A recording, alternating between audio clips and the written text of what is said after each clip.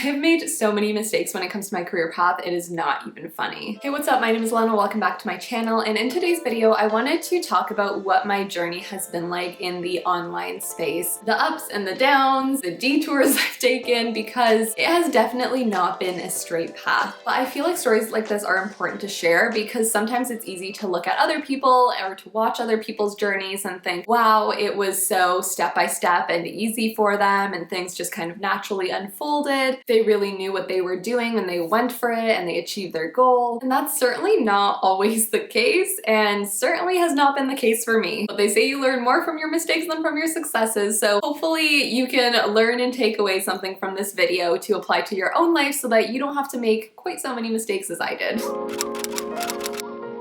So my journey to the online space started in 2015 when I watched a documentary called The True Cost, which was basically about the ethical and sustainable issues within the fashion industry, namely fast fashion. I was so impacted by this documentary that I could not stop thinking about it. It just felt like a cause that was so almost like frivolous and unnecessary, and at the same time it was something that not a lot of people really knew about or thought about or talked about, and so I thought it deserved more attention, so I started a blog about it. Now, as a kid, I wanted to be a writer, so this was not my first attempt at starting a blog, but it was my first real lasting one because all of the other ones had no purpose, no real meaning behind them. I just knew that I liked writing and blogging was writing and it would be cool to try out. But this time I had a very strong purpose. So I ran that blog as well as the associated, Instagram, Twitter, Pinterest accounts for about 3.5 years, and it was growing. Sustainable fashion is a popular buzzword now, but at the time not a lot of people were in the space, not a lot of Instagrammers were talking about it, there weren't a lot of bloggers talking about it, and so I think it also benefited me to kind of like ride that wave of popularity. As interest in that niche grew, I also grew. Over time I started reaching out to brands, eventually brands were even reaching out to me. I started getting some free products here and there. I even got a few paid collaborations, not any significant amount of money, but paid nonetheless. And basically I was well on my way to becoming an influencer until I quit. If I'm being honest, this was kind of a huge regret of mine. I try not to think of it that way because, everything happens for a reason. You're always on your unique path and learning and growing along the way, yada, yada, yada. But if I could go back in time, I probably wouldn't have done that. That being said, I also had my reasons for it, and I have so much compassion for what 2019 Elena was going through and why she did what she did at the time. I had 4 main reasons for kind of quitting this influencer life at the time. First and foremost, it was hard to see a future. Again, sustainability is a popular topic now, but back then, not a lot of people were talking about it. There weren't a lot of fashion brands or even lifestyle brands. And the ones that did exist, a lot of them were on the newer side, didn't really have huge marketing budgets for myself or other influencers. If I wanted this to grow into a potential career, I needed to be able to see where the money was coming from. And even taking into consideration that, I could grow, become a bigger influencer, charge more, etc., the numbers still just weren't really adding up in my head. Secondly, and kind of off of that note, I didn't want to sell out. One of the main principles of sustainable fashion is buying less, making your clothes last longer, adopting a more minimal wardrobe. So it felt quite contradictory for me to be all buy less, keep it minimal, but then also in the next post say, hey, look at this amazing brand, you should get their stuff, and here's a code for 15% off if you use Elena15.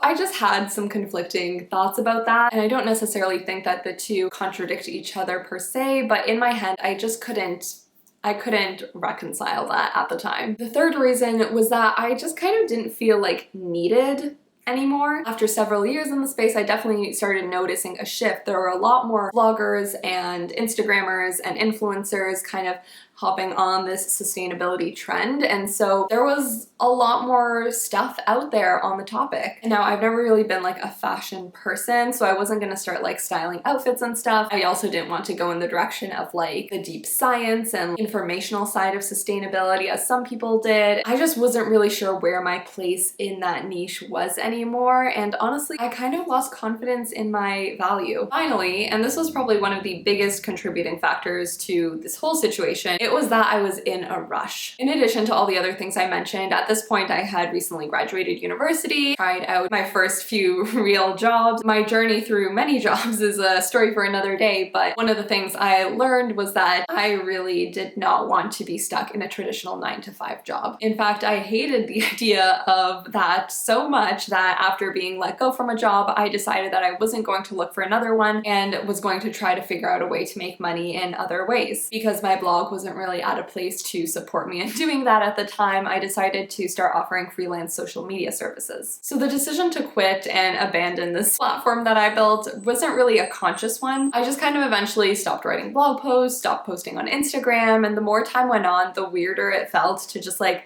come back. And especially because I was just putting so much of my time and energy into trying to figure out how to make this freelance thing work, it just wasn't gonna happen. So I don't blame myself for what I did by any means. I was doing the best I could at the time that I was in with the resources that I had, but I did learn a lesson about how much our pressure to feel rushed and to make progress and to keep up appearances and to keep up with, you know, your friends from high school who are getting cool jobs and adulting and doing cool things. There's definitely this pressure to prove yourself, and that can really influence the decisions that you make in life, and not always in the best way.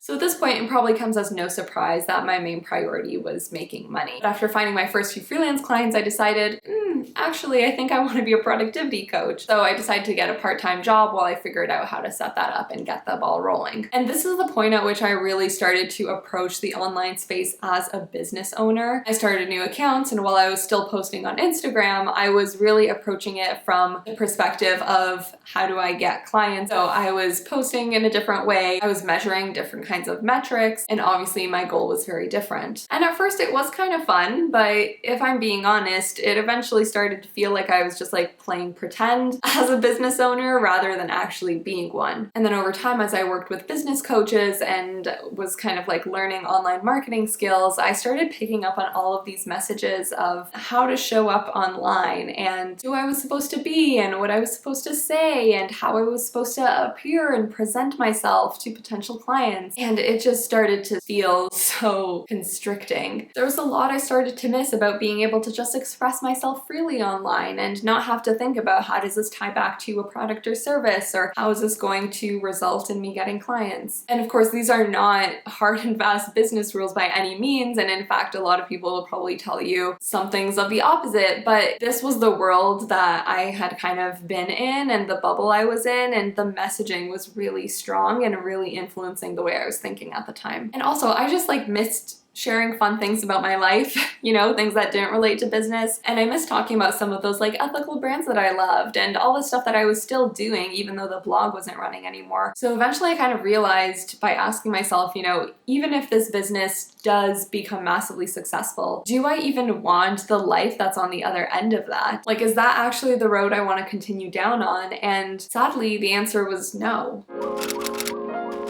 This realization threw me for yet another loop. It had me reevaluating and reconsidering my entire life, all the decisions I've ever made, my goals, everything I thought I wanted. I went through a messy year to year and a half or so. Even though it was messy, I learned a lot about myself in the process. Now, I'm not gonna go into all of those life lessons in this video, that would be a lot, but one of the biggest realizations I had was that I am, at my core, a creative. I carried around this label of being a creative entrepreneur because that's what a lot of other people were calling themselves, and I was moving through these different like business ventures, and it seemed to make sense at the time. But then I thought, what if I swapped those two? What if instead of a creative entrepreneur, I'm actually an entrepreneurial creative? Now, is this just petty semantics?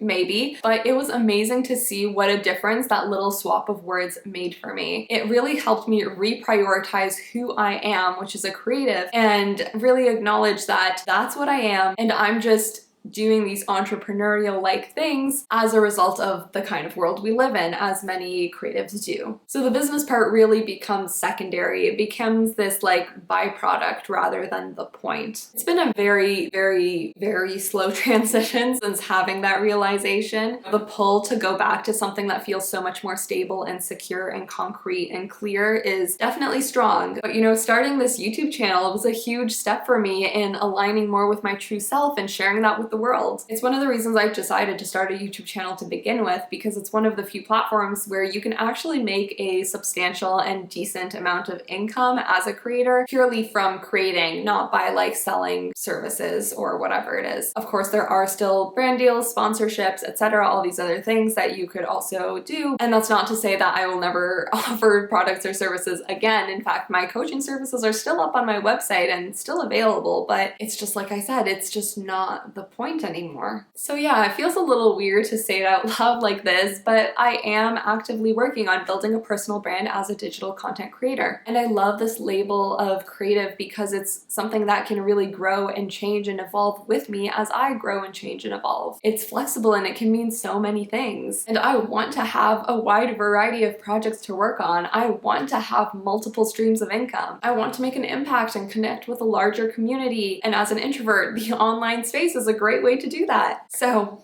thank you so much for watching. I know this was a little bit of a different video than what I normally do, a little bit more of like personal storytelling. So if you enjoyed this and you would like to hear more of my life lessons in this format, then let me know in the comments below. Please do like and subscribe if you haven't already. I am a newer channel, so it does really help me grow and I appreciate it immensely. Thanks again, and I'll see you again next time. Bye.